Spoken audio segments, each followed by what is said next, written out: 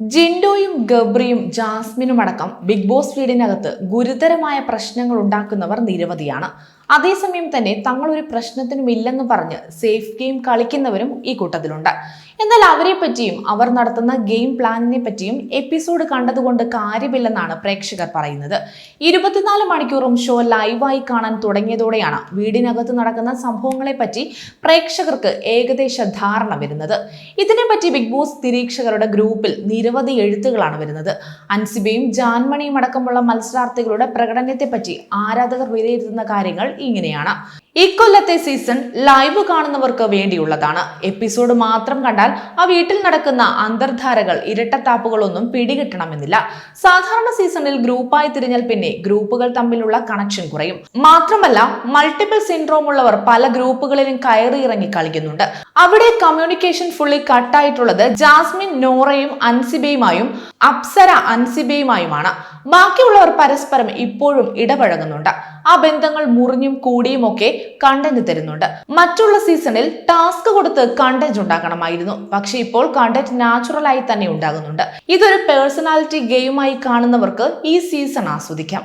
ഇതിനകത്ത് റൊമാൻസ് കാണാൻ, ആൽഫോ മെയിൻ കളി കാണാനൊക്കെ നോക്കിയിരിക്കുന്നവർക്ക് സീരിയൽ പ്രേക്ഷകർക്ക് നിരാശയായിരിക്കും.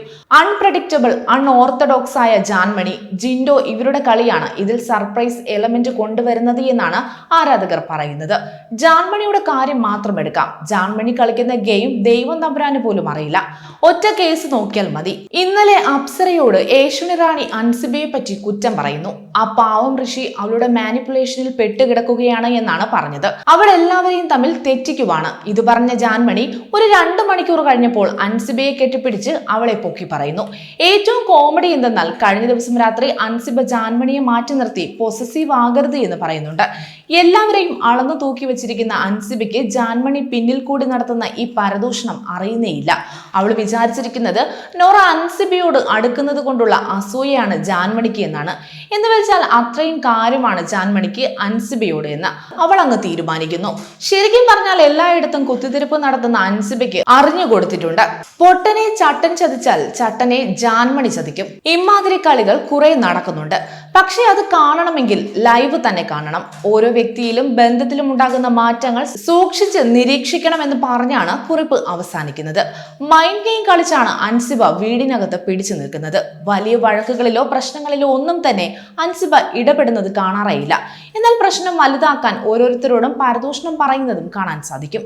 അതേസമയം ജാൻമണിക്ക് മലയാള ഭാഷ കൈകാര്യം ചെയ്യുന്നതാണ് വലിയ പ്രശ്നം. സംസാരിക്കുന്നതിലെ വ്യക്തത കുറവും ഓവർ ഇമോഷൻസും ജാൻമണിയെ മത്സരത്തിൽ നിന്നും പിന്നോട്ടാക്കുകയാണ്. കൂടുതൽ വാർത്തകൾക്കായി B4 Blaze ഫോളോ ചെയ്യൂ, സബ്സ്ക്രൈബ് ചെയ്യൂ.